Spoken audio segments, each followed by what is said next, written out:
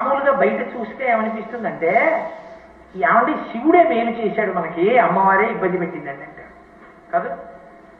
నిజంగా అమ్మవారు మన్మధుడిని బతికించలేదు అనుకోండి, మనందరం యోగులం పెద్ద పెద్ద స్వామీజీలం అయిపోదాం కాదు. అసలు ఎవ్వరికీ కామోద్రేకం అన్నది లేదు, హాయిగా ప్రశాంతంగా ఉంటాం. అమ్మవారు మన్మధుడిని బతికించబట్టి ఆయన తీసుకొచ్చి ఆ బాణాలు వేయబట్టి లేనిపోల అలవంతా బయలుదేరింది. కాబట్టి ఎందుకు ఆవిడ బతికించడం? అలా బ్రతికించకపోతే హాయిగా ఉంటుందిగా అంటే ఆవిడ బ్రతికించడానికి ఒక కారణం ఉంది, ఆయన చంపడానికి ఒక కారణం.